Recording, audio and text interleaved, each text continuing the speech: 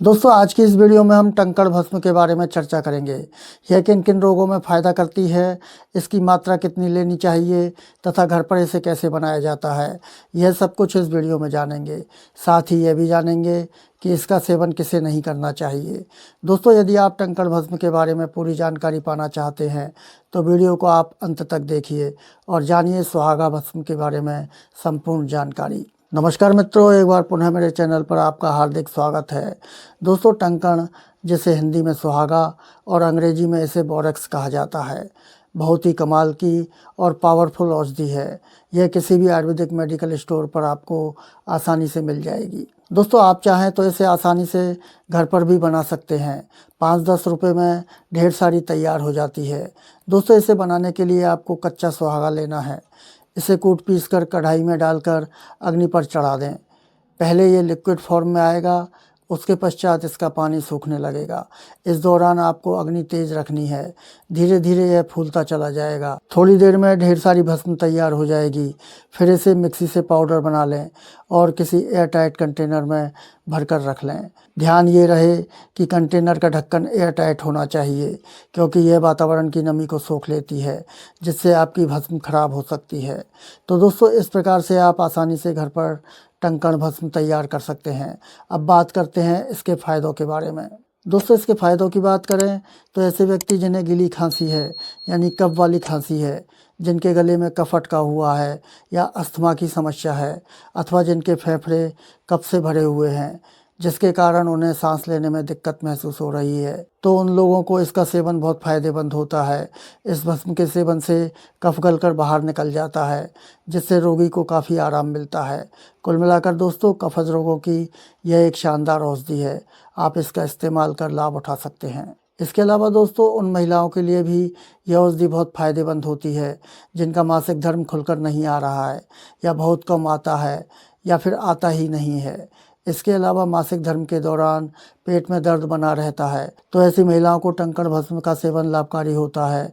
इसके सेवन से ये सभी समस्याएं 1-2 हफ्ते में ठीक हो जाती हैं। इसके अलावा गर्भाशय में किसी भी प्रकार का संक्रमण है तो वह भी ठीक हो जाता है, अर्थात टंकण भस्म के सेवन से गर्भाशय शुद्ध हो जाता है। साथ ही टंकण भस्म के सेवन से हमारा पाचन तंत्र सुधरता है। गैस ब्लोटिंग की समस्या में आराम मिल जाता है, जिससे पेट का भारीपन समाप्त हो जाता है।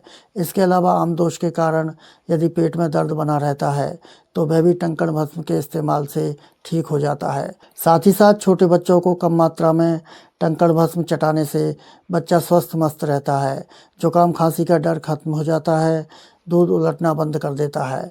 इसीलिए हमारी बुजुर्ग महिलाएं बच्चों को टंकण भस्म चटाया करती थी। इन सब के अलावा दोस्तों मुंह में छाले हैं, या फिर मुंह से बदबू आती है, अथवा दांत में दर्द बना हुआ है, तो टंकण भस्म का पानी बनाकर उसके कुल्ले करने मात्र से ये सभी समस्याएं ठीक हो जाती हैं। दोस्तों इसके अलावा इस पानी का एक फ़ायदा और भी है। वह यह है कि इस पानी से घाव को धोया जाए तो घाव जल्दी ठीक हो जाता है। दोस्तों इसका पानी बनाने के लिए आप 1 कप गुनगुना पानी लें और उसमें 500 मिलीग्राम की मात्रा में टंकण भस्म मिला दें। इस प्रकार आप टंकण भस्म का पानी बनाकर कुल्ले कर सकते हैं। साथ ही टंकण भस्म को आप मंजन के रूप में भी इस्तेमाल कर सकते हैं। इसका मंजन इस्तेमाल करने से पायरिया रोग ठीक हो जाता है। साथ ही दांत का दर्द भी पूरी तरह से ठीक हो जाता है। इतना ही नहीं दोस्तों, टंकण भस्म के इस्तेमाल से पेशाब की जलन समाप्त हो जाती है। पेशाब रुक रुक कर आता है तो वह भी खुलकर आने लगता है। कहने का मतलब ये है कि यूटीआई में किसी भी प्रकार का संक्रमण है तो टंकण भस्म का सेवन करने से वह भी ठीक हो जाता है। साथ ही टंकण भस्म के सेवन से रक्त शुद्ध हो जाता है, जिससे त्वचा स्वस्थ एवं चमकदार बन जाती है। इसके अलावा बालों का झड़ना रुक जाता है, और यदि आपके सिर में रूसी बनी हुई है तो वह भी टंकण भस्म के इस्तेमाल से समाप्त हो जाती है। दोस्तों इसकी मात्रा की बात करें तो इसे आप 250 से 500 मिलीग्राम की मात्रा में शहद के साथ ले सकते हैं। तो दोस्तों ये तो थे टंकण यानी सुहागा भस्म के ज़बरदस्त फ़ायदे। अब बात करते हैं कि इसका सेवन किसे नहीं करना चाहिए। दोस्तों ऐसे व्यक्ति जिनकी पित्त प्रकृति है, या जिन्हें लंबे समय से एसिडिटी बनी हुई है, अथवा जिन्हें अल्सर की प्रॉब्लम है, उन्हें टंकण भस्म का सेवन नहीं करना चाहिए। इसके अलावा गर्भवती महिलाओं को भी इसके सेवन से बचना चाहिए। दोस्तों चलते चलते आपसे एक बात और कहना चाहता हूँ, वह यह है कि यदि आप टंकण भस्म का यूज करना चाहते हैं तो किसी वैद्य की सलाह लेकर ही इसका यूज करें तो बेहतर है। तो दोस्तों ये तो थी टंकण भस्म के बारे में संपूर्ण जानकारी। उम्मीद है दोस्तों वीडियो में दी गई जानकारी आपको पसंद आई होगी।